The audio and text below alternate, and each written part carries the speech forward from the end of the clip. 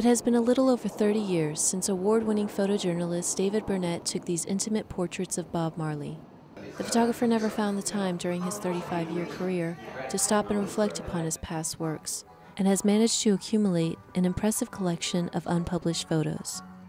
When Burnett first approached Govinda Gallery founder and director Chris Murray about putting on an exhibition, Murray could hardly believe his eyes. When I saw them, I was literally knocked back. It's very unusual when you come across a collection of unpublished photos of a legend, and it's even more unusual when they're taken by such an extraordinary photographer as David Burnett. As an experienced book editor, Murray encouraged Burnett to publish his first ever book entitled Soul Rebel. And I said, David, let's make a book and do a show. It'll be wonderful. Soul Rebel is comprised of more than 200 stills, most of which were taken in Bob Marley's hometown of Kingston, Jamaica. Burnett's fly-on-the-wall method of photography allowed Marley's personality and spirit to shine through. What I really like to do as a photographer, I just like to be with somebody. I don't want them to perform for me. I don't want them to do special things. The only action Burnett did ask the Jamaican singer-songwriter to perform during the 3-day shoot was to run back and forth in front of his primitive slit camera, specially designed to capture moving images. Okay, Bob, run this way. Grab the guitar and run. And I'd wind it, and he would run, and then he would stop, and I'd have to cover the lens. And I'd say, can we do one more of those? So he'd wander back, and I'd start winding, okay, go!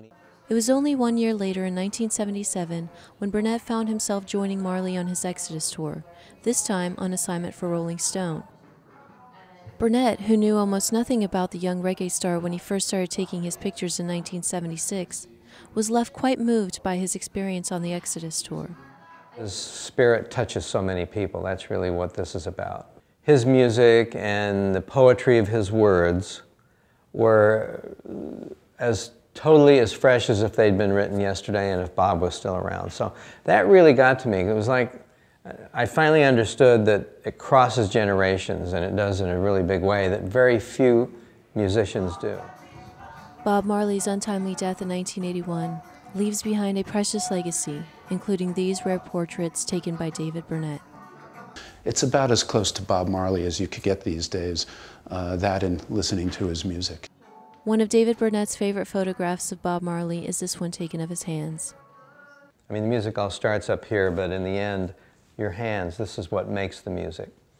David Burnett is optimistic that these portraits will help Bob Marley's music and spirit continue to thrive for many more generations still to come. I love knowing that my pictures might even help that music to live a little bit longer. It'll stay in people's minds just a little bit more.